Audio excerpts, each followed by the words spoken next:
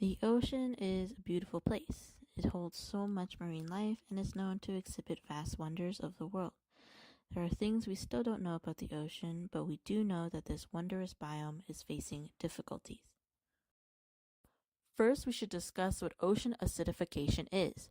Ocean acidification is the increase of acidity due to the heightened levels of carbon dioxide. When carbon dioxide gets absorbed into the ocean, it dissolves and forms carbonic acid. The carbonic acid breaks apart, producing bicarbonate and hydrogen ions.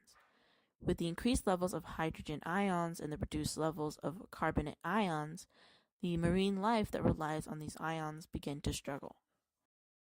These increased levels of CO2 have been caused by our human activity.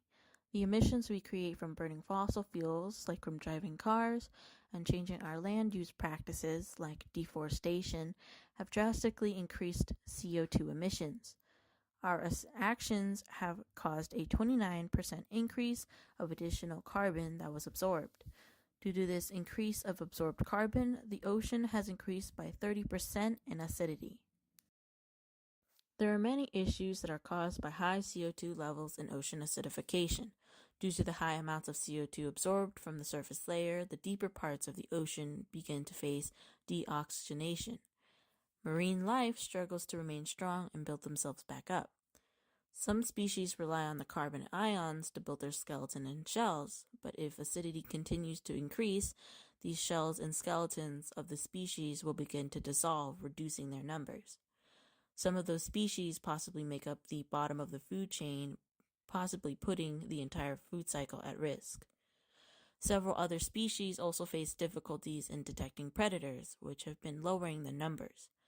The acidity hinders coral reefs from growing, which are very important ecosystems in the ocean that habitat different species of marine life.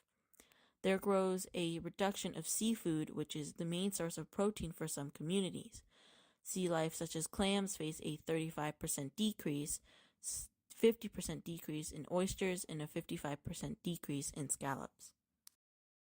So what can we do about this? Well, by contributing to the stop of climate change, we can reduce the amount of carbon emissions the oceans absorb. Things like driving less and using less energy at home can provide a positive impact in lowering levels. Reducing the amounts of seafood eaten, recycling, and even composting can assist in lowering levels. By reducing our carbon emissions together as a community, we can begin making an impact for our ocean.